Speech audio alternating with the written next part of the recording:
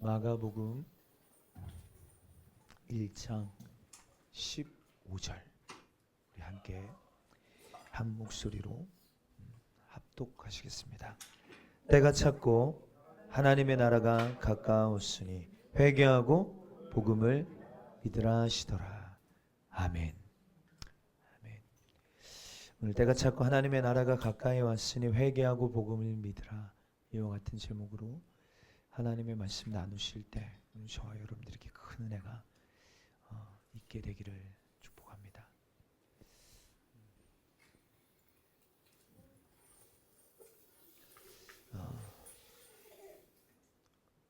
오늘날 교회에서 가장 많이 사라진 이 설교의 주제, 메시지가 있다면 천국과 지옥, 다시 오실 예수님의 재림에 대한 메시지입니다. 특별히 그 가운데에서 이 천국과 특별히 지옥,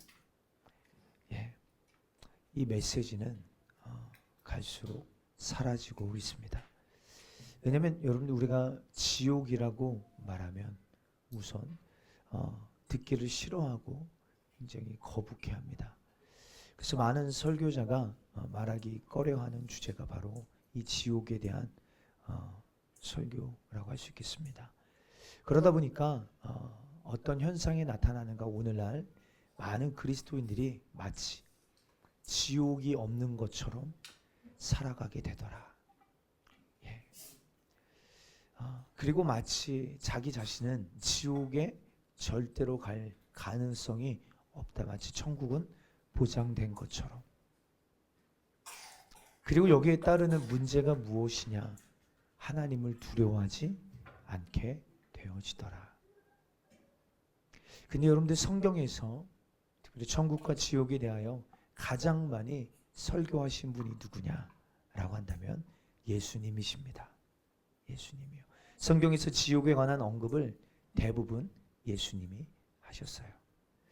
여러분, 내 영혼의 형편과 또한 그래서 지옥에 관하여 가장 잘 알고 계시는 분이 예수님이시기 때문에, 그리고 우리 예수님은 여러분 우리가 지옥 가기를 가장 원치 않으시는 분이시기 때문에 여러분 이 메시지를 우리 예수님이 가장 많이 전하셨어요.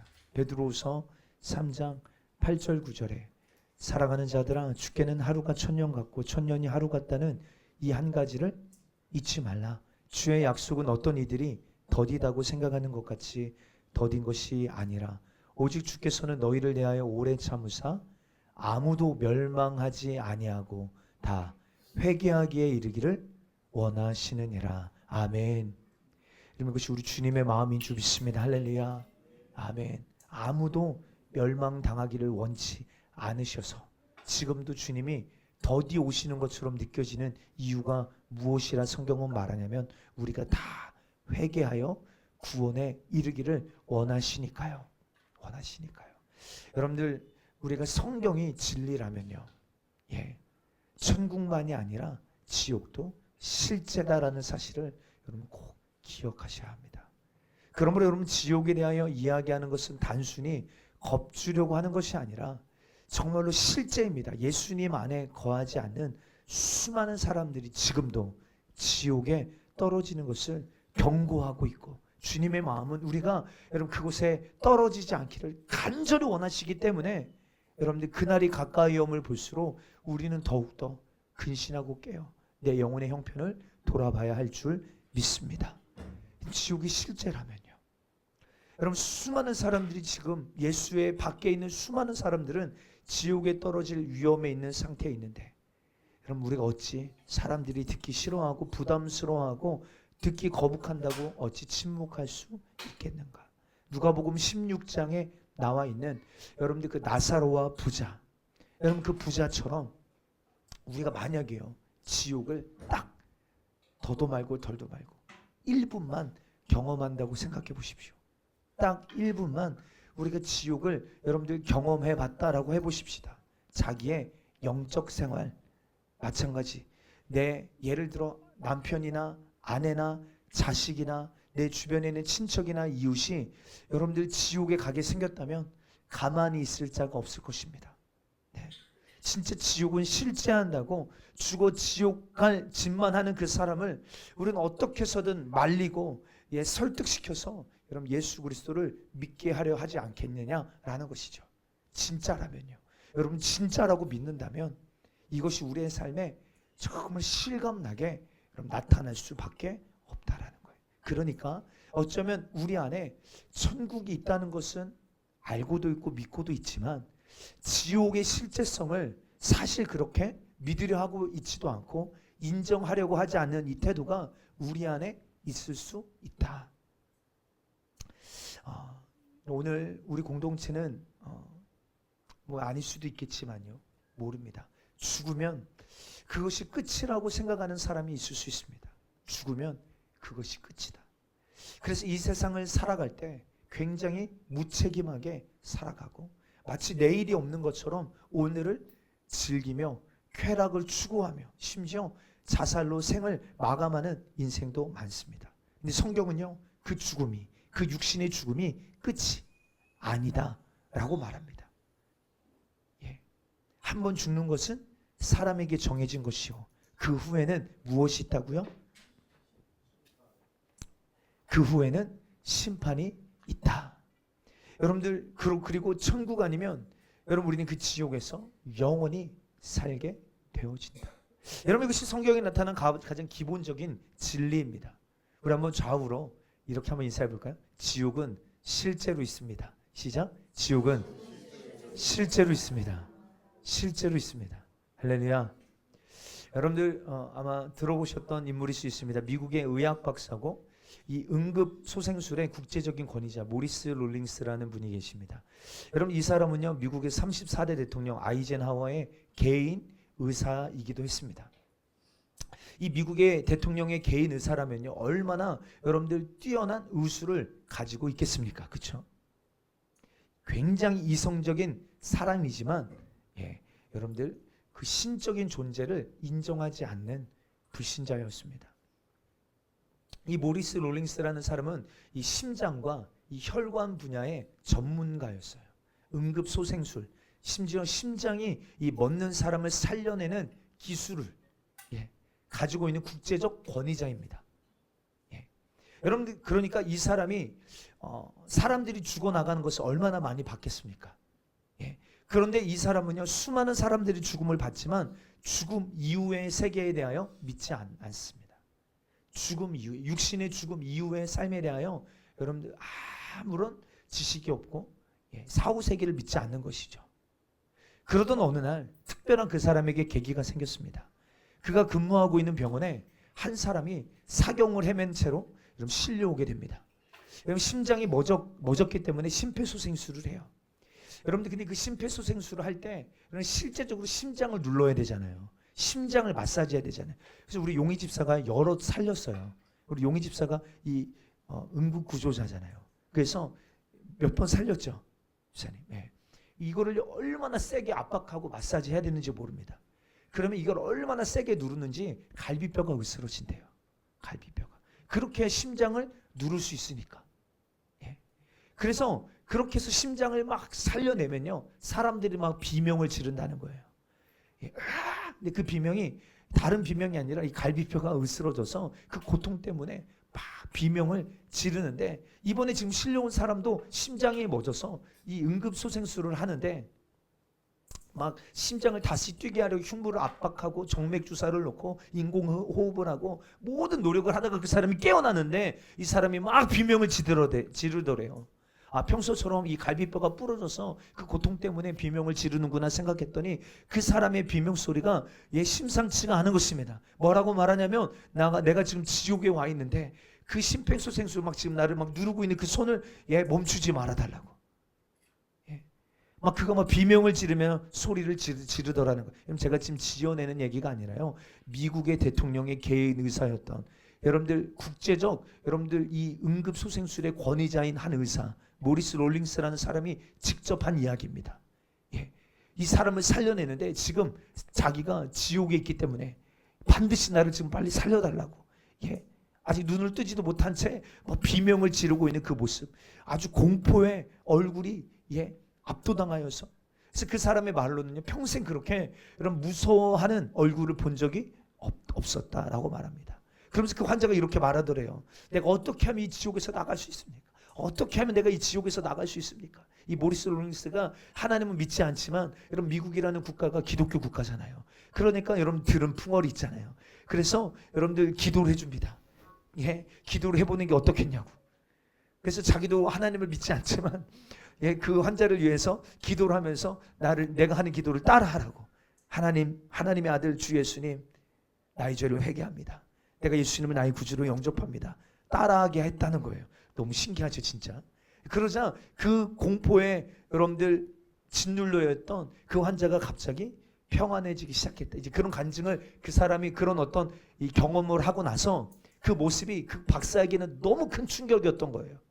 예, 수많은 죽은 사람들을 경험했지만 지옥을 생생하게 말하고 있는 사람을 진짜 경험했잖아요. 만났잖아요. 그래서 이 모리스 롤링스 이 박사가 이런 질문을 하게 됩니다. 아, 진짜 육신의 죽음 이후에 사후세계가 있을 수 있겠구나. 있을 수 있겠구나. 이런 접근을 하기 시작해요. 이 사람은 그냥 믿으라고 해서 믿는 사람이 아니라 이때부터 진짜 죽음에 대한 본격적인 연구를 시작하게 됩니다. 먼저는 병원에서 죽음을 경험하다가 극적으로 살아난 사람들을 찾아갑니다. 그리고 그들의 경험담을 듣고 이것을 서로 연구 비교하기를 시작해요. 근데 놀라운 결과가 나오는데 한두 사람이 아니라 죽다가 살아난 사람들이 다 여러분들이 경험한 지옥을 여러분 연구하는데 다 그 모습이 동일하더라는 거예요. 동일하더라. 그들이 말하는 불구덩이가 다 동일한 모습으로 존재하더라는 겁니다. 그래서 이 박사는요, 세계 여러 종교의 경전을 구하여 예를 들어 성경, 코란, 탈무드, 뭐 힌두교회, 뭐 브라만, 불경, 도교, 논어 막 다 이 구할 수 있는 종교 서적을 다 구하여서 어떤 종교가 진짜인지를 연구하기 시작합니다. 그런데 오직 성경에서 말하고 있는 이 지옥이 사후 세계를 보고 온 사람들이 증언한 지옥의 모습과 동일하더라. 그래서 이 모리스 롤링스라는 이 의학 박사가 불신자였다가 하나님을 인정하지 않고 살다가 이 모든 연구를 통하여 하나님을 믿게 되어지고 하나님을 오히려 전하는 그런 사람이 되게 됩니다. 지금 제가 이 말씀을 드리는 이유는 뭐냐면요, 지옥은 실제합니다. 누가복음 16장에 나오는 부자는요, 이 사실을요, 천국과 지옥이 있다는 사실을 깨닫습니다. 근데 언제 깨닫죠? 너무 늦게 깨닫습니다. 죽고 나서 깨달았잖아요.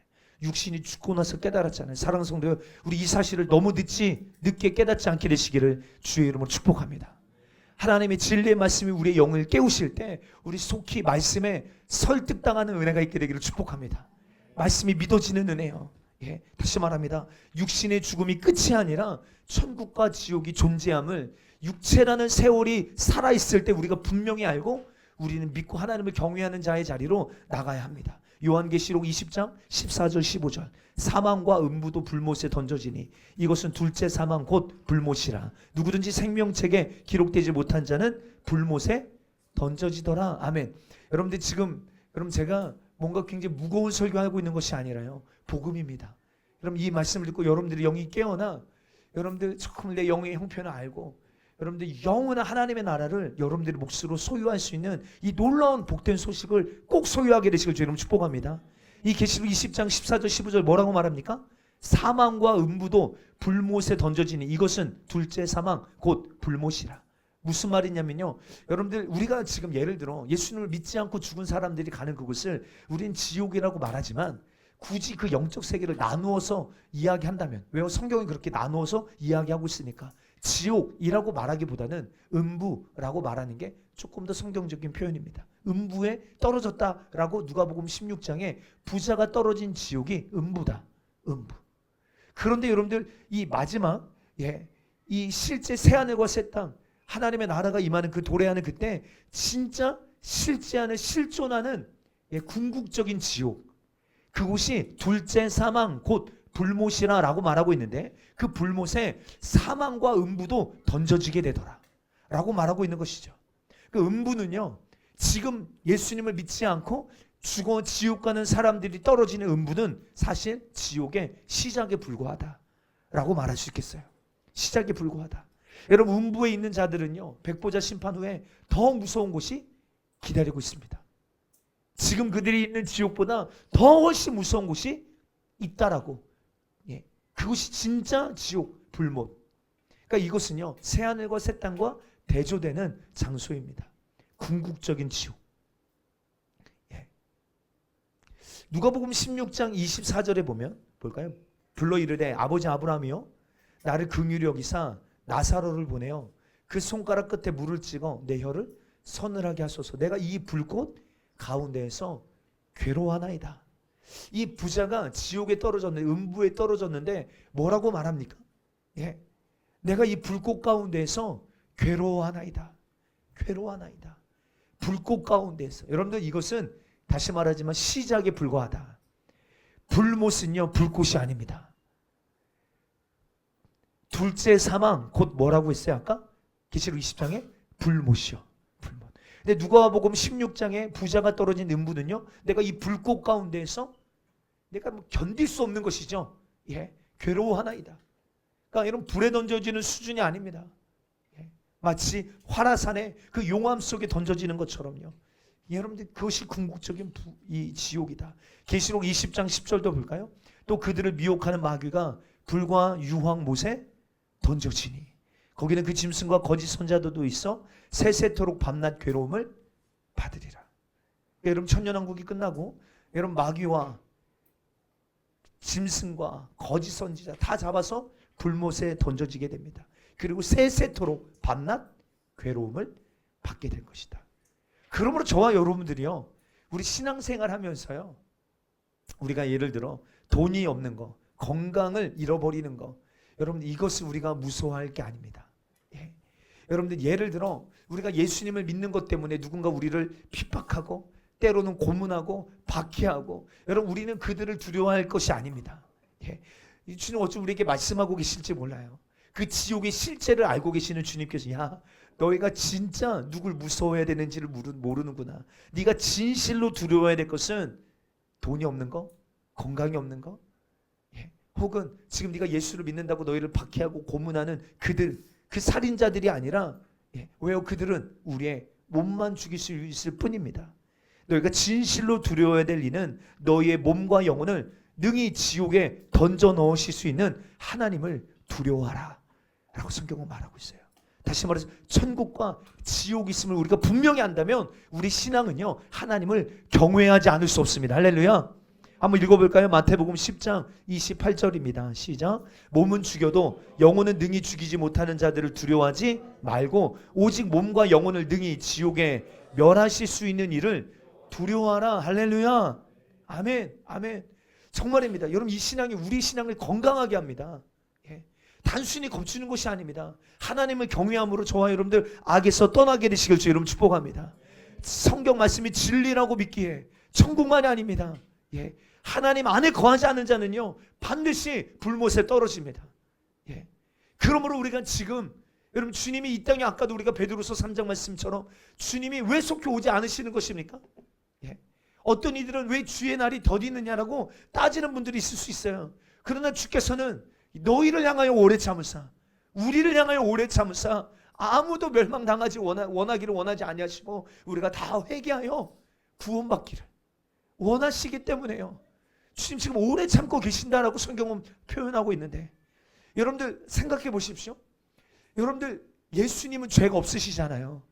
근데 여러분, 예수님이 내 죄를 대신 짊어지신 거잖아요. 그러니까 남의 죄를 짊어진 거야.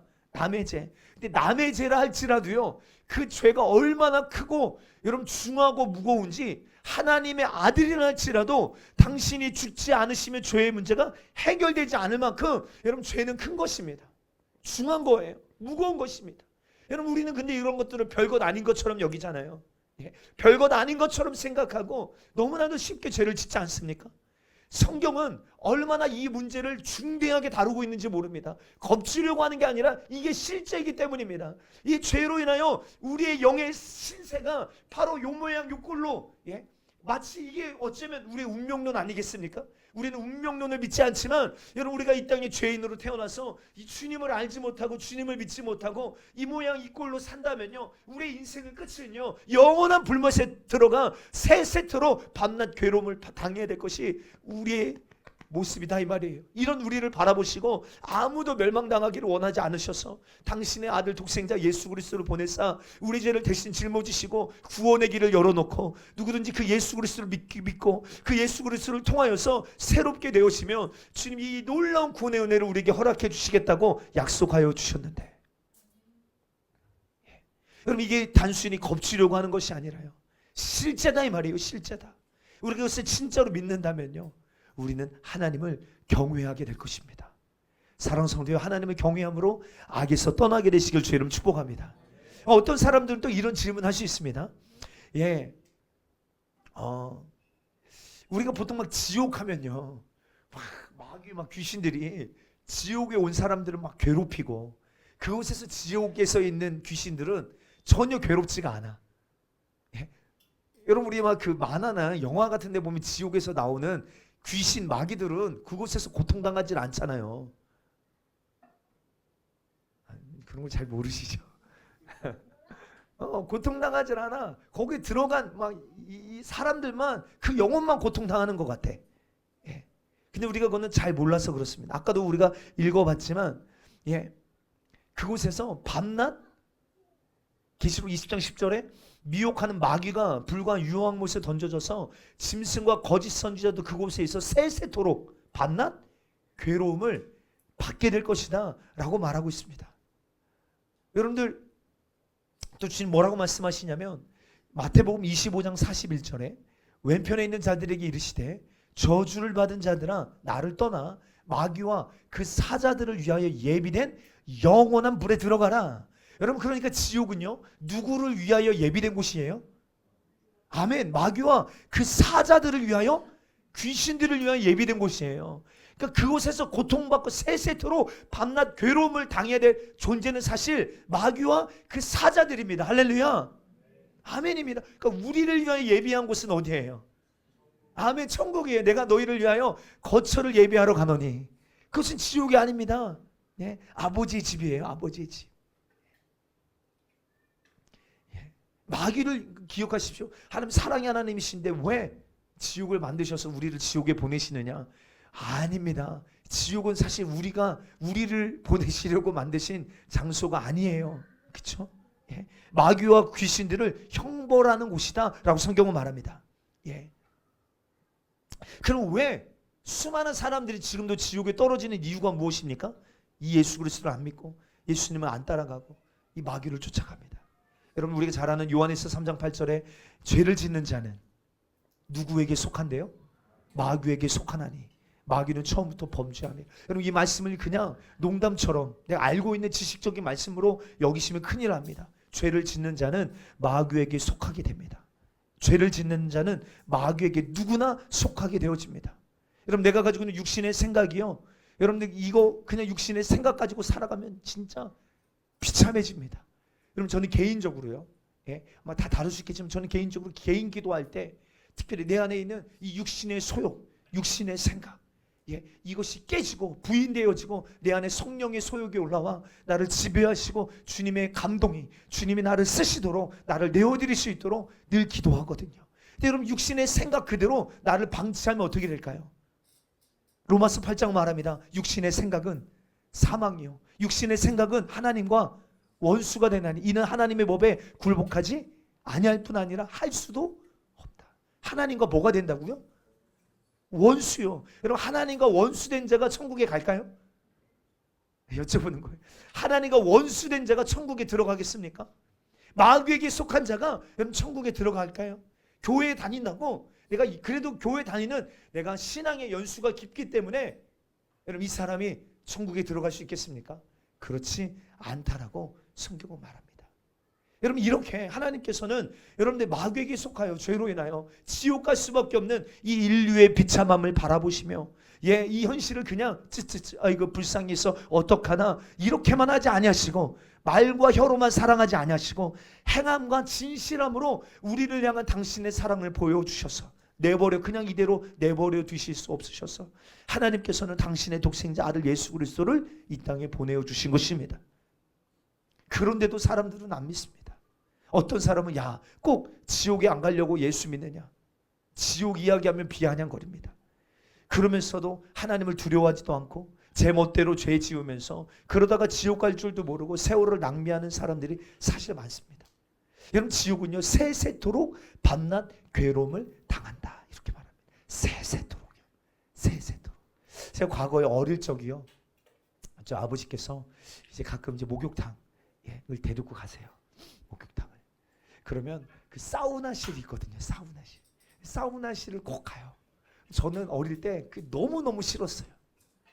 너무 덥잖아요. 숨이 안 쉬어질 만큼. 그런데 아버지가 들어가서 이렇게 모래시계를 딱 뒤집어 놓고 요게 끝까지 모래시계가 다 비워질 때까지는 나갈 수 없어. 우리가 다 비워지고 나가자. 그 시간을 인내하기가 쉽지가 않아요. 어린 나이. 그래도 견뎌. 그래도 견딜 수 있어요. 왜 그럴까요? 그 시간이 끝나면 나갈 수 있잖아요. 나갈 수 있잖아요. 근데 지옥은 어떤 곳입니까? 영원이요. 영원. 세세토록 밤낮 괴로움을 당하리라. 여러분, 우리가 이 영원이라는 시간을 조금이라도 이해한다면요, 우리 신앙의 태도는 달라질 수밖에 없습니다. 우리 이 땅에서 몇 년 정도 살죠? 70년만 살 거예요. 우리 이 땅에서 몇 년 정도 여러분들 보통 살아갑니까 지금요? 성경대로 보면 70, 강건하면 80. 요즘 오래 사시는 분들은 100세. 요즘 막 의학 또 약이 좋아져서 120세까지 산다고 해요.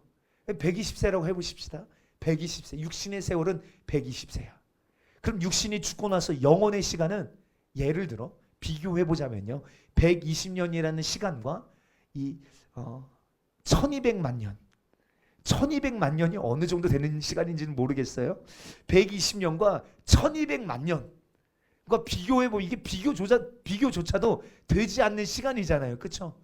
120년이랑요 1200만 년이요, 비교할 수 없는 시간입니다. 그런데 우리의 태도는 어떻습니까? 이 땅에서요 120년 사는 이 땅에서 오래 사는 게 중요한 게 아니라, 이 땅에서 육신을 가지고 장수하며 사는 게 중요한 게 아니라, 그래서 이 땅에서 120년간 돈 많이 벌고 부귀영화를 누리고 성공하며 살아가는 게 중요한 것이 아니라, 왜요? 영원이라는 시간에 비교한다면 이거는 진짜 별건 아닌 것이다. 어쩌면 의미가 없는 것이 될 수도 있습니다. 정말로 결정적으로 중요한 것은 여러분 우리의 영혼의 때입니다. 여러분, 우리 주보에 보면 영혼의 때를 위하여, 여러분 이렇게 괜히 써놓은 게 아니에요. 진짜 우리가 관심을 갖고 우리가 중요하게 여겨야 될 그때가 언제냐면요, 이 육신이 죽고 영혼의 시간이 시작되어지는 그 시간, 그 시점입니다. 그러니까 여러분, 사실 우리가요 오늘 죽을지 내일 죽을지 알지 못하는데, 내가 오늘 24시간 동안 좋은 옷 입고 좋은 집에서 살고 더 돈 많이 벌고 육신이 건강하게 이거 안 중요하다는 거 아니에요. 근데 여러분, 이게 중요한 것이 아니라 정말 우리에게 주어진 이 육신의 세월을 어떻게 사용할 것인가. 특별히 이 지옥 갈 수밖에 없는 내 영혼을 여러분 여기서 건져낼 수 있는 세월로 사용하게 되시기를. 육신이 살아있을 때만 회개할 수 있고, 육신이 살아있을 때만 내 영의 신세가 지옥 갈 자가 천국 갈 수 있는 자로 여러분들 변화될 수 있는 세월이 육신이 살아있을 때만 가능한 세월이오니, 여러분 이 때를 여러분들 우리가 아끼게 되시기를 주의 이름으로 축복합니다. 가장 중요한 사건입니다.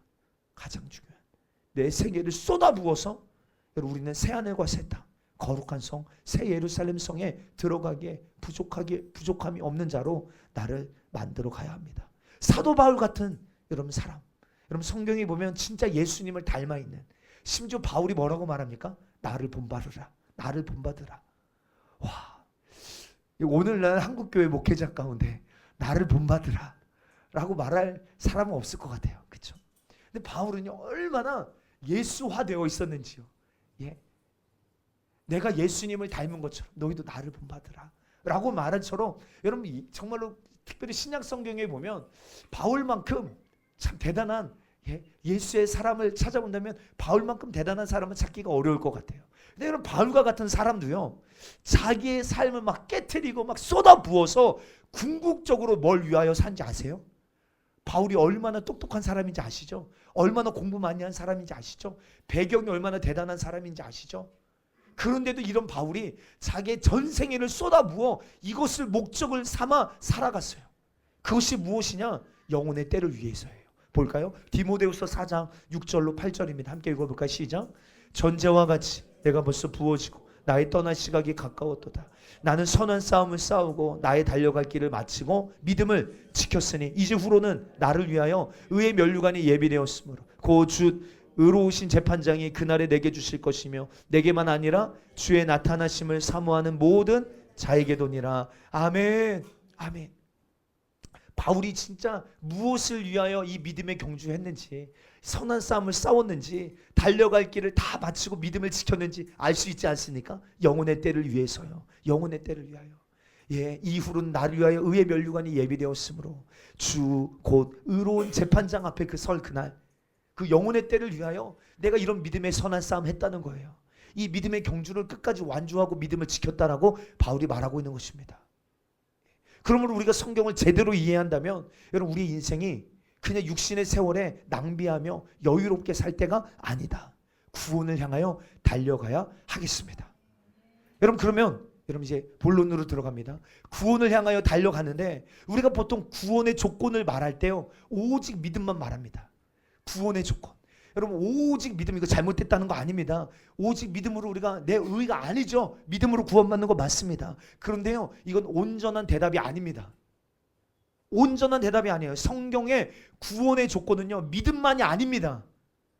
여러분, 회개에 대하여도 말씀하고 계세요. 회개요. 한번 볼까요? 마가복음 1장 오늘 본문입니다. 시작. 때가 찼고 하나님의 나라가 가까웠으니 회개하고 복음을 믿으라.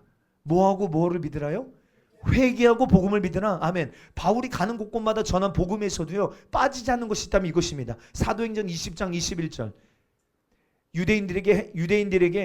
유대인들의 헬라인들에게 하나님께 대한 회개와 우리 주 예수 그리스도께 대한 믿음을 증거한 것이니라. 무엇과 무엇이요? 하나님께 대한 회개와 우리 주 예수 그리스도께 대한 믿음이요.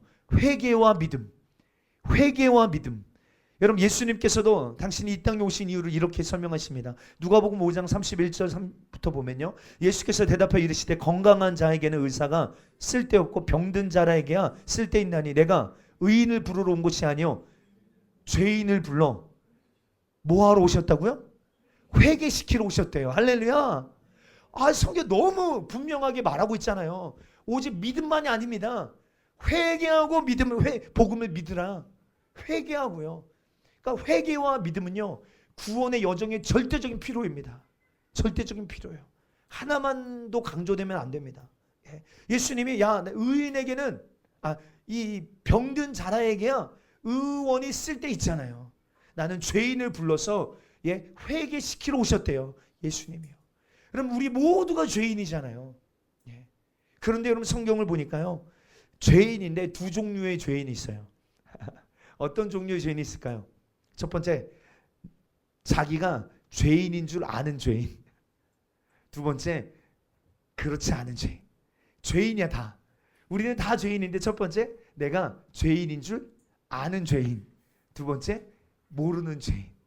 여러분들, 베드로가 예수님을 만나고 나서 뭐라고 고백합니까? 누가복음 5장 8절. 시몬 베드로가 이를 보고 예수의 무릎 아래에 엎드려 이르되 주여 나를 떠나소서 나는 죄인이소로이다. 아멘.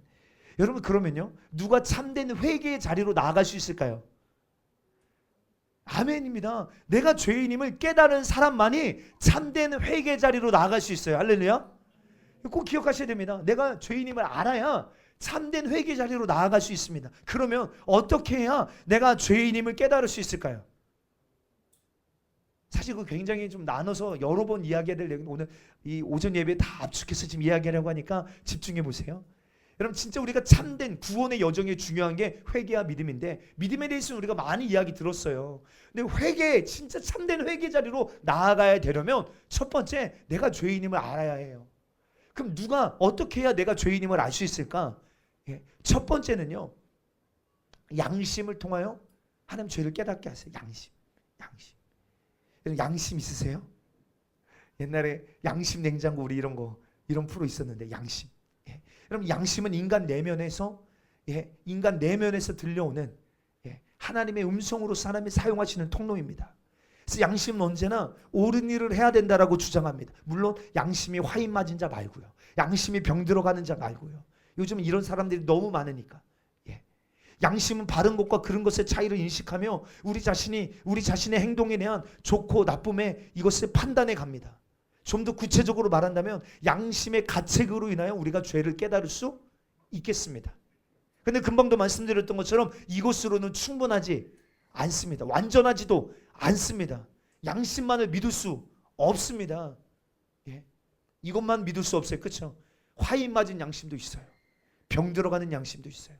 썩어가는 양심도 있어요. 그래서 여러분 우리가 죄 이름을 깨달으려면 필요한 두 번째가 무엇이냐? 말씀을 통하여 율법을 통하여 우리는 죄를 깨닫습니다.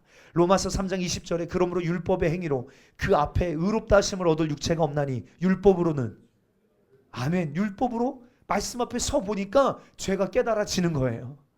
예. 그래서 죄는 불법이라 성경 말하거든요. 예. 법이 없는 상태. 내가 내 삶의 주인 되어 있는 상태예요. 예. 근데 말씀 앞에 서 보니까 이게 비로소 깨달아져요. 느헤미야 시대 때 그랬댔잖아요.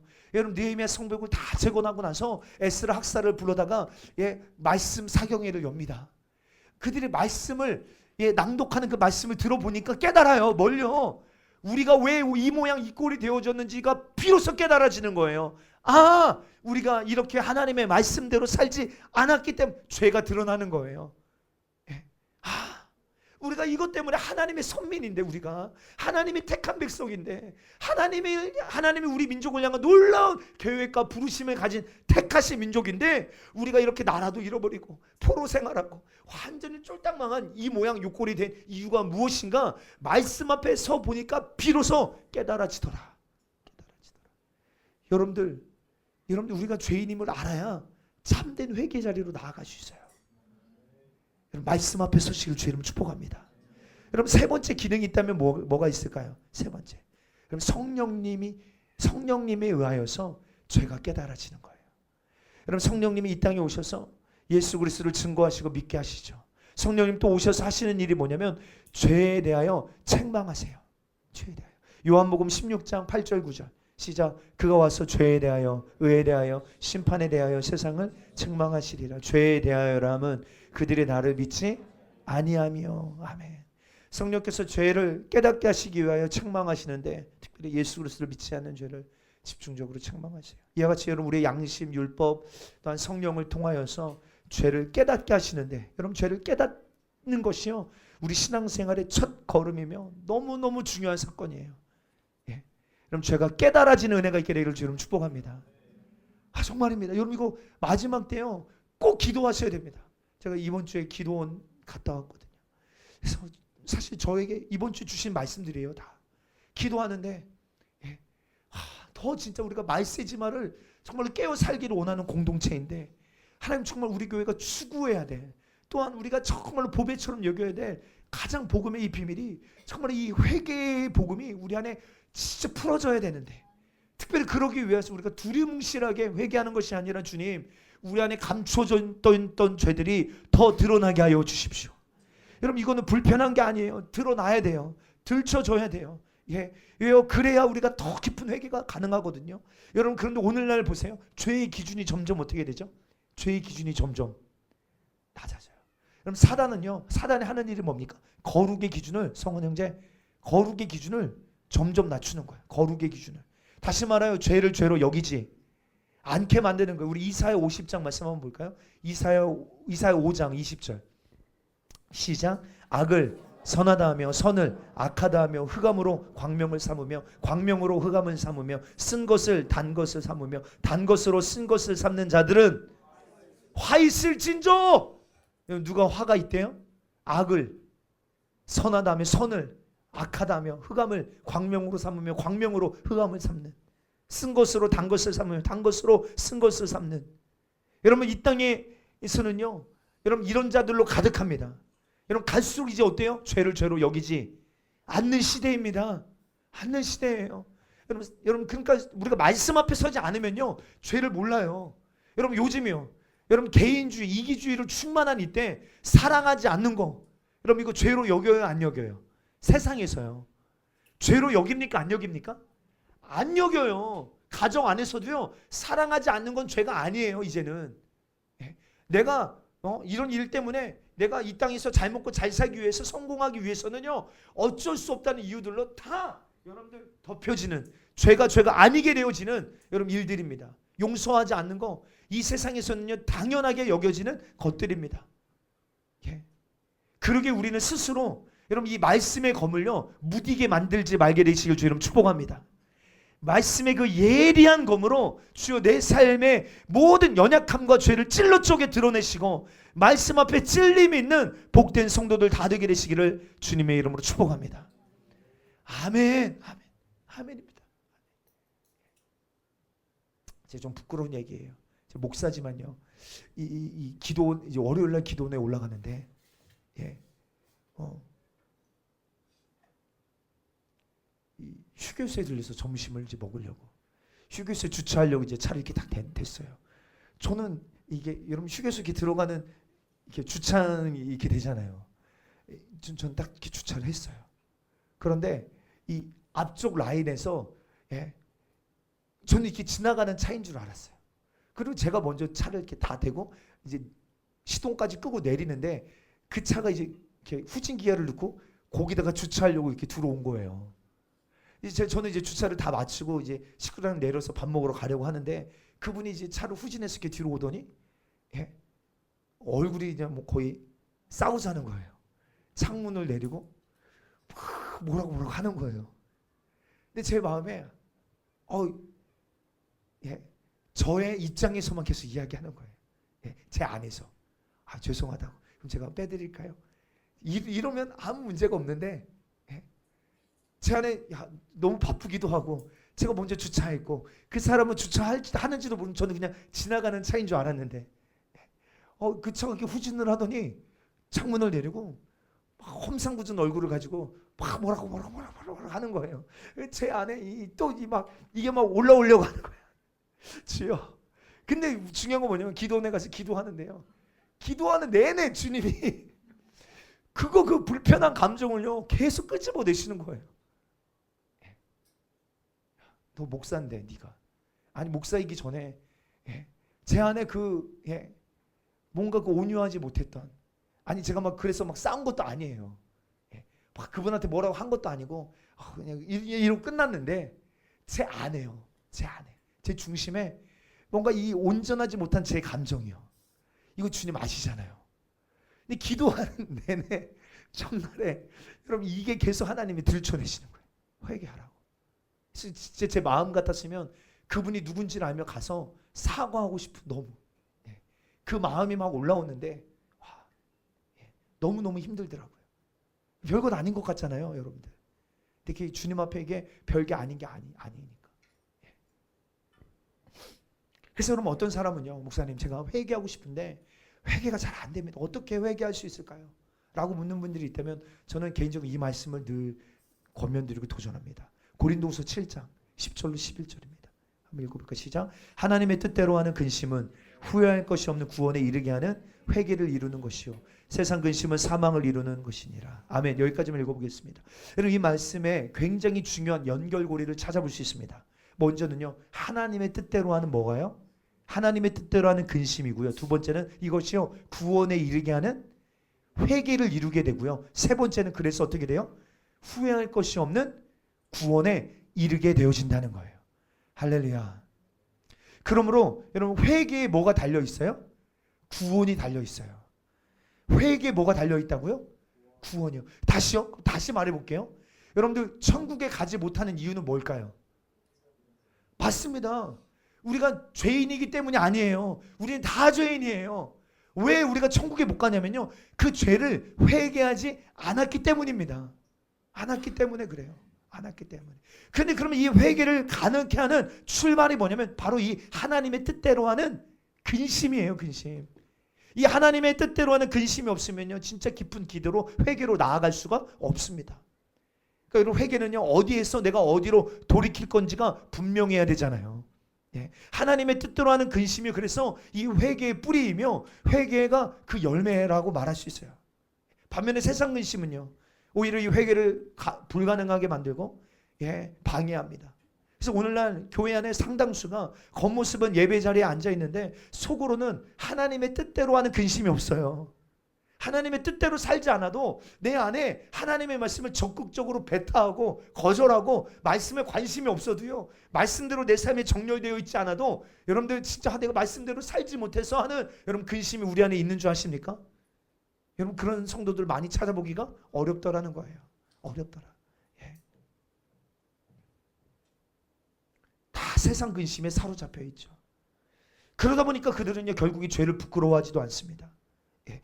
여러분 그 죄로 인하여 내가 당해야 될 영의 사정과 형편에 대하여 전혀 내 영을 여러분들 돌보질 않아요. 영혼 구원에 관심도 없고, 그러므로 온통 관심은 세상에 있습니다. 세상 근심으로만 충만합니다. 저와 여러분들이요, 진짜 우리가 참된 회개하기를 원하신다면요, 말씀의 찔림에 의하여 생겨난 하나님의 뜻대로 하는 근심을요, 제발 여러분들의 삶으로 가지고 가게 되시길 주님 축복합니다. 살아내십시다. 할렐루야. 예, 그래서 정말로 그 말씀 앞에 우리가 말로만 말씀 앞에 정렬 이런 게 아니라 실제적으로요, 하나님의 뜻대로 하는 근심을 우리의 삶으로 가지고 가서, 가정으로 가지고 가서, 직장으로 가지고 가서 예, 싸워야 진짜 참된 회개가 가능케 되어집니다. 또 성경 말합니다. 죄를요 자백하래요. 자백하라. 잠언 28장 13절, 자기 죄를 숨기는 자는 형통하지 못하나 예레미야 3장 13절, 너는 오직 내 죄를 자복하라. 요한에서 1장 9절, 만일 우리가 우리 죄를 자백하면 그는 미쁘시고 의로사 우리의 죄를 사하신다. 예, 자백해야 됩니다. 그런데 여러분 중요한 것은요, 자백하는데 첫 번째, 자백하는데 개별적이어야 합니다.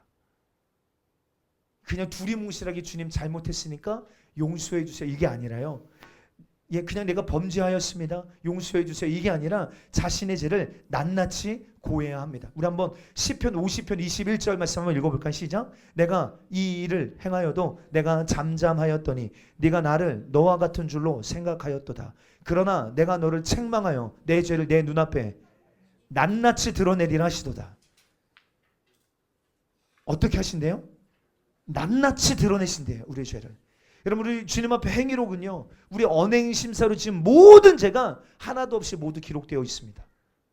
하나님은 각 사람의 행한 대로 갚아주시는 분이라고 성경은 말하잖아요. 그러니까 우리 죄를 주님은 개별적으로 다루세요. 그러니까 자백도 개별적으로 여러분들 이루어져야 합니다. 또 우리가 자백할 때 여전히 내 마음은 그 죄를 품은 상태에서 여러분들 우리가 입으로만 자백하는 것은 하나님 앞에 가증한 일입니다.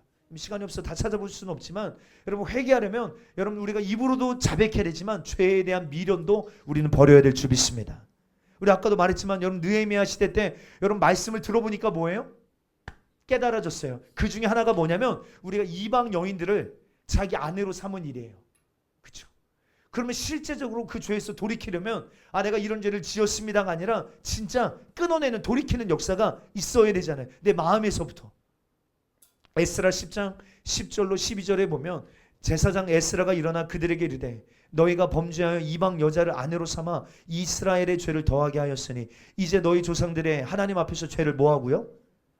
죄를 자복하고 그의 뜻대로 행하여 그 지방 사람들과 이방 여인을 끊어버리라 하니 모든 회중이 큰 소리로 대답하여 이르되 당신의 말씀대로 우리가 마땅히 행할 것이니이다. 아멘. 여러분 이것이 참된 자백의 모습이라 할 수 있겠습니다. 또 자백이 단순히 하나님께만이 아니라 여러분 사람에게도 자백해야 됩니다.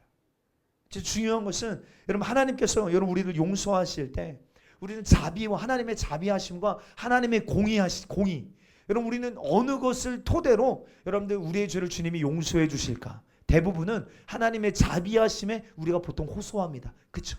하나님의 자비하심에 호소해요. 예. 맞습니다. 하나님은 자비하시고 우리를 사랑하세요. 우리를 용서하시기를 너무 기뻐하시는 분이십니다. 그런데 만약 하나님이 단순히 자비로 용서하실 수 있으셨다면 예수님이 굳이 십자가에 달리시지 않으셔도 됩니다. 예.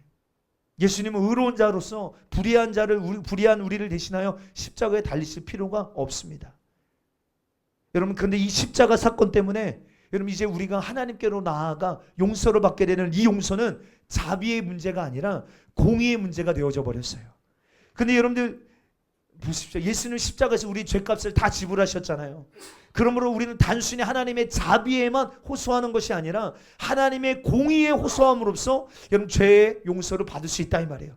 자백만 하는데 여러분들 자백의 효과가 있으려면 여러분 우리가 이 사실을 꼭 믿어야 됩니다.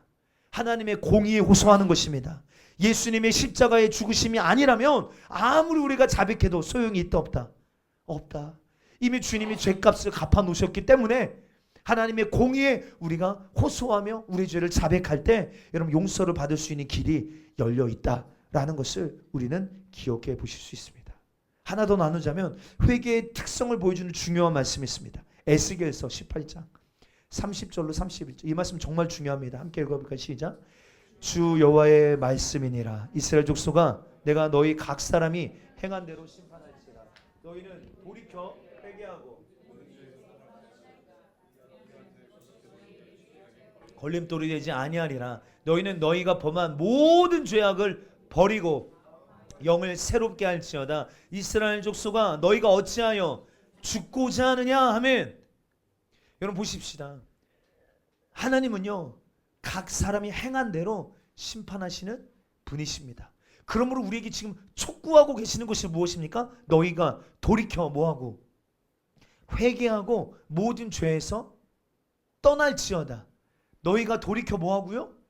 회개하고 부분적인 죄가 아니라 모든 죄에서 떠날지어다. 너희는 너희가 범한 모든 죄악을 버리고 마음과 영을 새롭게 할지어다.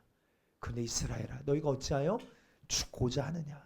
여러분 우리 이 말씀에서 회개에 대한 중요한 몇 가지를 발견할 수 있어요. 회개는요 죄에서 돌이키는 것입니다. 할렐루야. 이거는 구원과 직접적인 연결이 있어요. 죄에서 돌이키는 거예요. 죄가 깨달아졌다면, 주님이 깨닫게 하셨다면 돌이켜지는 은혜가 있게 되기를 주의 이름 축복합니다. 잠언 28장 13절. 자기 죄를 숨기는 자는 형통하지 못하나. 여러분 이 세상 사람은 다 이거 합니다. 자기 죄를 뭐해요? 숨겨요. 감춥니다. 변호해요. 두둔합니다. 마치 나는 죄인이 아닌 것처럼 여기에 급급해요. 여기에 능숙합니다. 근데 성경은 말합니다. 자기 죄를 숨기는 자는 형통하지 못하나 죄를 자복하고 뭐하는 자요? 버리는 자는 불쌍히 여김을 받으리라. 또 이사야 55장 7절 시작. 악인은 그 길을, 불의한 자는 그 생각을 버리고 여호와께로 돌아오라. 그리하면 그가 긍휼히 여기시리라. 우리 하나님께로 나오라. 그가 널리 용서하시리라. 아멘. 여러분 그냥 자백만이 아닌 것이죠. 자백도 해야 되지만 무엇도 해야 됩니까? 죄에서 돌이키지 않는 한, 불의한 자는 그 생각을, 그 길을 버리고 주님께로 돌아오지 않는 한 용서 받을 수가 없는 것입니다. 그래서 여러분 이게 구약에서만 이렇게 말하고 있는 게 아니에요. 신약에 보면 사도행전 26장 26절 20절 시작. 회개하고 하나님께로 돌아와서 회개에 합당한 일을 하라. 아멘. 여러분들 생명에 이르는 회개는요 죄에서 돌아서는 것입니다.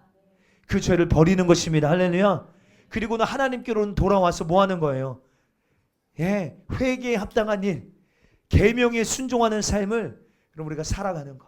그다음에 이 모든 것이 여러분 우리는 성령 은혜의 시대에 살고 있기 때문에 성령 안에서 가능하다라고 성경은 말하고 있습니다.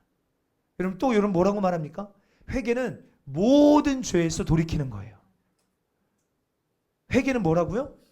모든 죄예요. 그래서 아까 자백도 개별적으로 해야 되지만 여러분들 회개는 모든 죄에서 돌이키는 것입니다. 나는 다 버렸는데 이 정도, 한 가지 정도쯤이야 라고 생각한다면 죄송하지만 큰일입니다. 그것은 지혜로운 태도가 아닙니다. 오히려 나는 다른 것은 다 포기했는데 이것 한 가지 때문에 이 모든 것을 헛되게 할 수 없다. 나는 선포하며 그 한 가지 남은 죄도 여러분 우리는 버릴 수 있는 믿음의 사람이 되시길 주 여러분 축복합니다. 이것이 여러분 멸망의 길에서 벗어날 수 있는 여러분 유일한 길이다라고 성경은 말합니다. 그러므로 성경에서 말하는 회개가 죄를 떠나되 모든 죄에서 떠나라. 죄에서 떠나되 모든 죄에서 떠나라. 그러므로 지옥은 누가 오는 것이냐? 회개하지 않는 사람이 오는 것임을, 모든 죄를 버리지 않는 사람이 오는 것임을 기억하셨으면 좋겠어요. 이제 더 이제 끝났습니다. 마태복음 11장 20절 이하에 보면 예수님도 말씀하셨어요. 지금 제가 구약도 사도들의 메시지도 예수님의 말씀도 지금 우리가 이야기하면서 회개의 신앙이 얼마나 중요한지, 이것이 구원과 얼마나 직접적인 연결이 있는지 말씀드리는 겁니다. 시작. 예수께서 권능을 가장 많이 행하신 고을들이 회개하지 아니함으로 마태복음 11장 20절로 24절까지 말씀입니다. 예수께서 권능을 가장 많이 행하신 고을들이 회개하지 아니하므로 그때 책망하시되 화 있을진저 고라시나 화 있을진저 벳세다야 너에게 행한 모든 권능을 두로와 시돈에서 행하였더라면 그들이 벌써 베옷을 입고 제에 앉아 회개하였으리라. 내가 너에게 이르노니 심판날에 두로와 시돈이 너희보다 견디기 쉬우리라. 가버나움아 내가 하늘에까지 높아지겠느냐 음부에게까지 낮아지리라. 내가 행한 모든 권능을 소돔에서 행하였더라면 그 성이 오늘까지 있었으리라. 내가 너에게 이르노니 심판날에 소돔 땅이 너희보다 견디기 쉬우리라 하시니라. 아멘. 그럼 지금 책망하시는 내용의 핵심이 무엇입니까? 주님이 권능을 가장 많이 행하신 고을. 근데 여기는 뭐 하는 거예요? 회개하지 않는 거예요. 회개하지 않는 거예요. 그러니까 회개하지 아니함으로 책망하시는 거예요. 책망하시는 거예요. 그럼 천국에 들어가려면 반드시 죄를 회개해야 됩니다. 꼭 기억하시기 바랍니다. 반드시 회개하셔야 됩니다. 반드시요. 죄 가지고 못 갑니다. 회개하셔야 합니다. 여러분들 우리가 잘 아는 무디 목사님 아세요? 무디 목사님이 시카고의 한 교회에서 회개하라 이런 제목으로 설교를 하다가 시간이 다 됐어요. 지금도 이제 말씀 시간이 거의 다 끝났네요. 시간이 다 돼서 자 오늘은 시간이 다 되어서 더 말씀을 전할 수 없으니 다음 주일 저녁에 다시 오시기 바랍니다. 라고 설교하다가 그냥 설교를 마치셨대요. 그런데 그 주간에 시카고 전역에 화재가 일어나서 대화재가 일어나서 이 무디의 설교를 듣고 있었던 많은 사람들 중에 많은 이들이 불에 타서 죽게 되었다는 거예요. 그때 무디 목사님이 깨달은 게 뭐냐면 내가 왜 그때 당장 회개하라고 말하지 않았을까? 당장.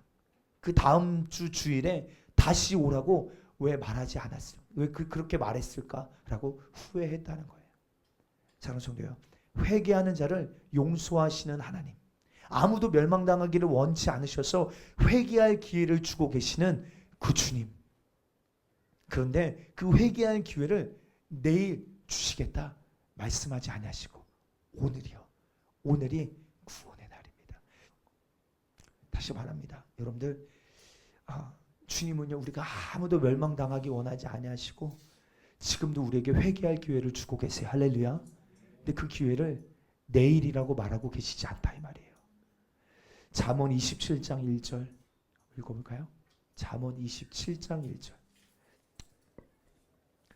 너는 내일 일을 자랑하지 말라. 하루 동안에 무슨 일이 날는지 내가 알 수 없음이니라. 아멘. 너는 내일 일을 자랑하지 말라. 하루 동안 무슨 일이 날지 내가 알 수 없기 때문이다. 야고보서 4장 14절도 비슷한 말씀이 있습니다. 내일 일을 너희가 알지 못하는도다. 너희 생명이 무엇이뇨?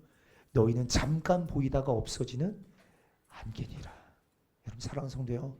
우리 육신의 세월이요. 오늘이 끝일지 내일이 끝일지 아무도 알 수 없습니다. 하루 더 살 수 있는 기회가 있다는 보장이 어디에 있겠습니까?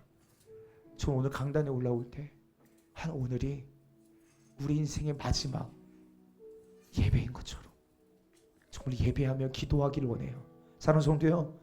오늘 우리에게 주어진 이 시간, 오늘 드린 이 예배, 오늘 이 기도가 어쩜 내 인생의 그 마지막 시간인 것처럼 우리 마음을 쏟아 함께 기도하며 나아갔으면 좋겠습니다. 지금이 회개할 기회입니다. 할렐루야. 주님, 오늘 이 시간 혹 내 안에 감추어졌던 죄들이 있다면 성령님 드러내어 주시옵소서. 주님, 죄를 깨끗한 마음으로 자백하며 죄를 버리고 우리가 하나님께로 돌아와 하나님의 말씀대로 순복할 수 있는 삶을 살 수 있도록 주여 회개할 수 있는 이 기회를 주님 놓치지 않게 도와주옵소서. 정말 주님 지옥만은 가지 말라고 말씀하고 계시는 주님의 애절한 목소리가 하나 오늘 우리 심령에 들려지게 도와주옵소서. 날 구원하신 예수님의 보혈의 은혜에 감사하고 찬양하며 구원받은 자의 합당한 삶을 사는 천국 백성 다 되게 도와주시옵소서.